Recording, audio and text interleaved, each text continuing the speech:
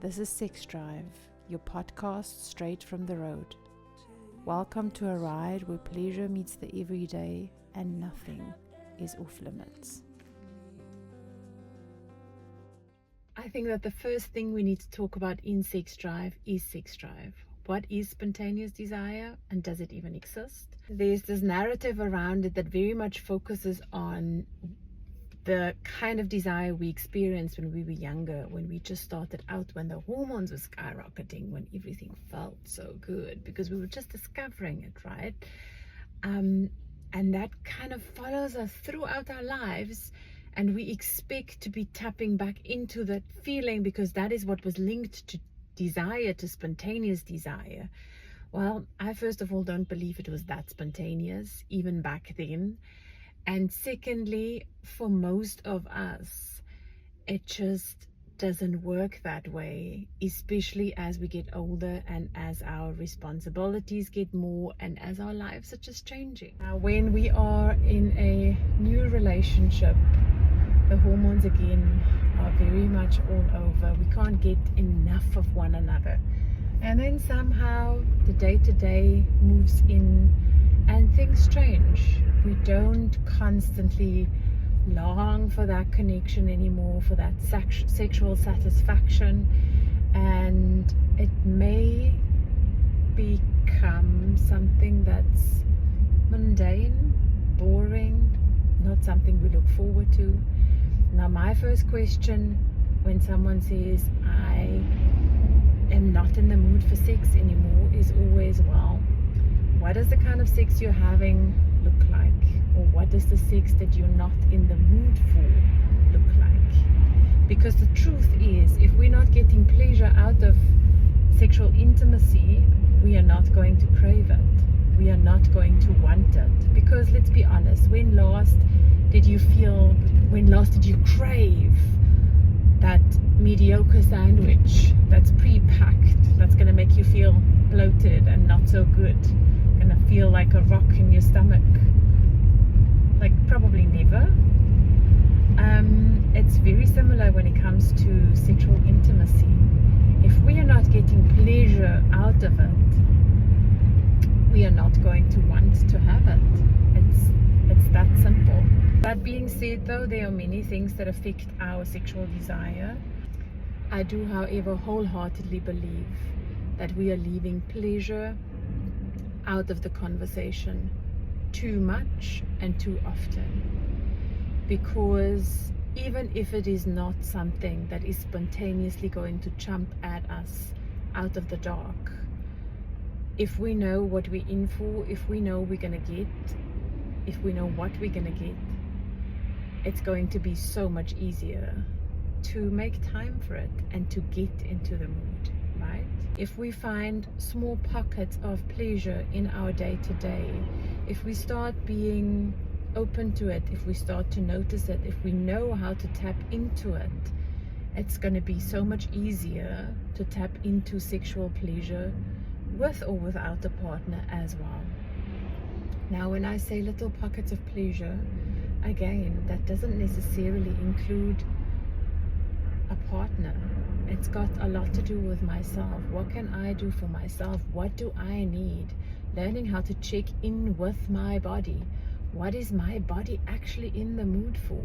I've got lasagna on the meal plan for today, but actually I so much more feel like a chicken wrap. And I'm not saying that the day where I'm in the mood for a chicken wrap and I eat lasagna, I'm going to be in a different kind of sexual mood, but it does affect the way I feel. And if we learn how to tap into those little pleasure pockets, those little moments of deliciousness, it's easier to actually also bring sexual deliciousness back into our relationship. Now back to sexual desire, sex drive. I don't believe that most people experience spontaneous desire. I think that is a concept. I think that's a misconception of a concept that just doesn't work in our day-to-day. And that, I think, boils down to the fact that we're stuck in a narrative of a 20-year-old. When we are in our 20s, our hormones are at their peak. We set a date for the weekend that's coming. We prepare for it. We think about what are we going to wear. We set a time and a place. There's all this build up. There's all this excitement. Well, that's not going to be hard to put ourselves into the mood, to tap into that desire, because we're building that desire up. That desire is not spontaneous. It doesn't jump at us out of nowhere in the middle of that date night. That happens as we progress, as we plan, as we move along. Now, I don't know about you, but my day-to-day looks very different.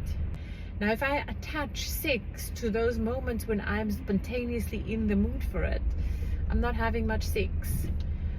Because the sexiest times for me are when my partner and I get to go away alone. We have no kids, we have no responsibility for a weekend. We're just out in the mountains, in a mountain cabin, doing absolutely nothing but sitting by the fire, reading, getting into the hot tub, just enjoying life, breathing out.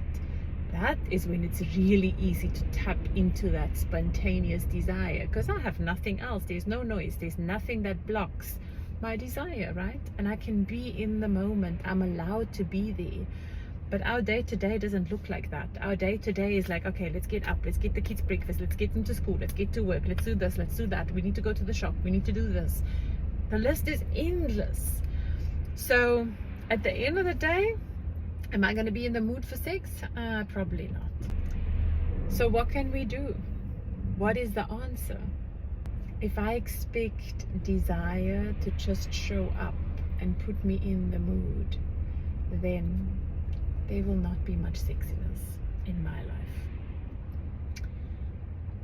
If, however, and this is something that a lot of people struggle with when I say it for the first time, but this is the only thing that I have found works for us, is scheduling it, putting it in the calendar, which doesn't always mean that's the day we need to have sex, because let's be honest, I mean, I'm still going through a menstrual cycle, and some days I'd rather kill my husband than be intimate with him. So it still doesn't mean that that is a given, but it means that on that day, at that time, we are going to spend time with one another, and we're going to be in conversation. We're going to talk about what is it that you need, what is it that you want, and I'm in constant conversation with myself. And I feel that is what we need to learn. We need to focus less on spontaneous desire, on things that we feel we're expected to feel, because that is what the world is telling us, and learn instead to tap into our own bodies and figure out what on earth it is that we need in this moment. I don't have all the answers for what you may need today, and what you need today might be very different from what you need tomorrow or next week Tuesday, and that is okay. But we need to learn to breathe, we need to learn to step into that, and we need to learn how to communicate that to ourselves and to a partner. Sometimes what I need, what I want, is a quick orgasm, and I'm going to just do that for myself. I need nobody to figure that out.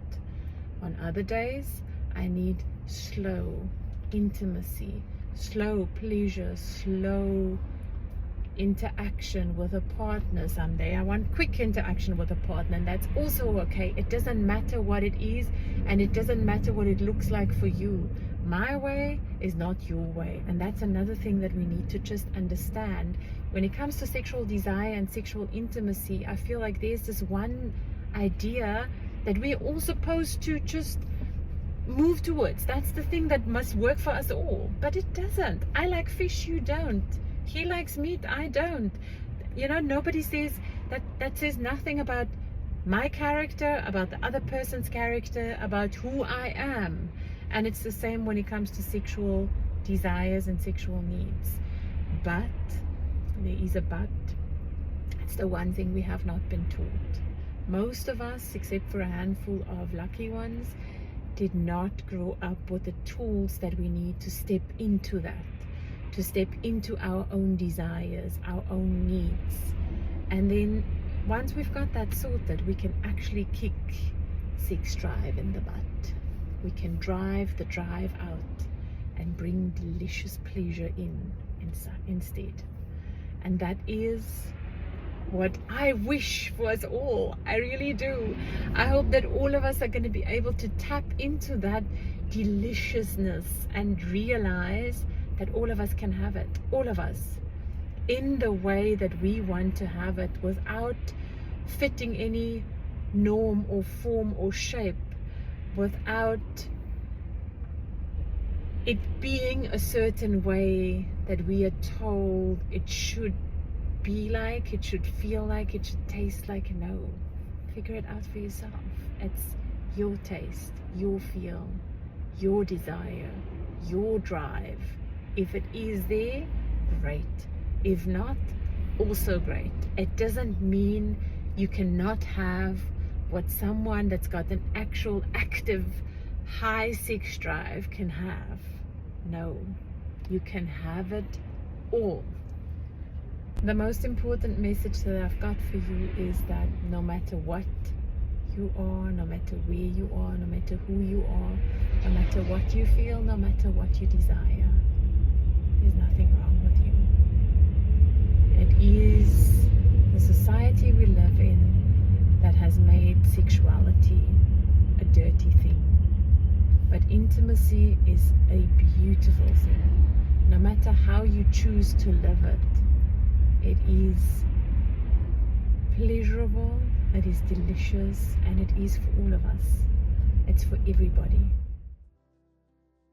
I moved to Cape Town in search of a slower, sweeter life, and found a place that cracked me open in the most beautiful ways possible. So I'm taking you with me to the places that keep me grounded, curious, and connected. If you enjoyed today's conversation, please don't forget to give us a follow. If you have any feedback or suggestions for future conversations, please drop me a message on WhatsApp on 064 609 4089. Now lean back and enjoy Claire Phillips and Brendan Adams, who will be taking you to where proteas grow wild. Thanks for riding with me. Be safe, stay curious.